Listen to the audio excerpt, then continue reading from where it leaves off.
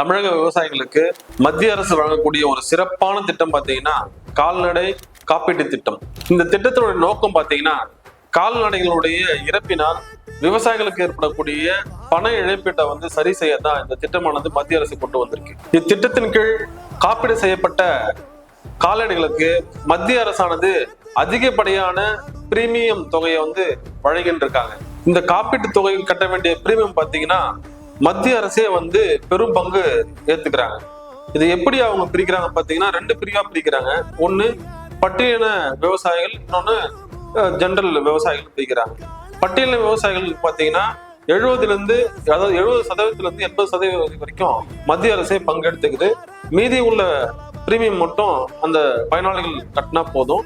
அதே போல ஜெனரல் இருக்கிற விவசாயிகளுக்கு பார்த்தீங்கன்னா 50% அந்த பிரீமியம் தொகையை சென்ட்ரல் கவர்மெண்ட் அவங்களே பே பண்றாங்க. மீதி தொகையை மட்டும் பயனாளிகள் பே பண்ணா போதுமானதா இருக்கு. இதுல எந்தெந்த கால்நடைகள்லாம் உள்ளடங்குன்னு பாத்தீங்கன்னா கறவை மாடுகளாக இருக்கக்கூடிய பசுமாடுகள், எருமைகள், சிறிய கால்நடைகளாக இருக்கக்கூடிய ஆடுகள், செம்மறி ஆடுகள், பன்றிகள், இனப்பெருக்கத்துக்கு பயன்படுத்தக்கூடிய குதிரைகள், கழுதைகள், ஒட்டகங்கள், அந்த மாதிரி. ஒரு குடும்பத்துக்கு எண்ணிக்கை வரும்போது பாத்தீங்கன்னா பெரிய விலங்குகளா இருந்ததுன்னா 5 விலங்குகள், அதே மாதிரி இந்த சின்ன விலங்குகளா இருக்கக்கூடிய இந்த ஆடு அந்த மாதிரி விஷயங்களா இருக்குன்னா 50 விலங்குகளுக்கு நம்ம காப்பீடு ஒரு குடும்பத்துல பண்ணிக்கலாம்.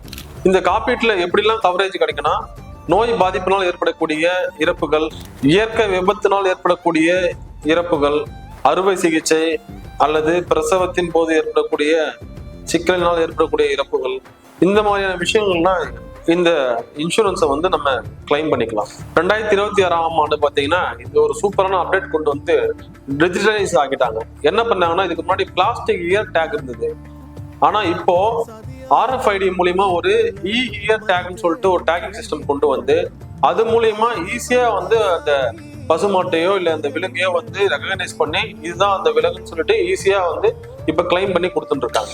கால்நடை இறந்த 15 நாட்களுக்குள்ள அந்த இழப்பீடு தொகையானது விவசாயிகளுக்கு கொடுத்தே ஆகணும்னு சொல்லிட்டு மத்திய அரசானது உத்தரவிட்டுள்ளது. பொதுவாகவே தமிழகத்துல கோமாரி போன்ற தொற்று நோய்கள் பாதிக்கப்படும் போது அதிகப்படியாக கால்நடைகளை இழந்து விவசாயிகள் மிகப்பெரிய பண இழப்பை ஃபேஸ் பண்றாங்க. ஆனா விவசாயிகள் இந்த பிரீமியம் பே பண்றது ஒரு செலவா எடுத்துக்காம இது ஒரு முதலீடா எடுத்து இது பண்ணும்போது கண்டிப்பா விவசாயத்துக்கு எந்த ஒரு தடையும் இல்லாம நம்ம அடுத்த லெவலுக்கு கொண்டு போகலாம்.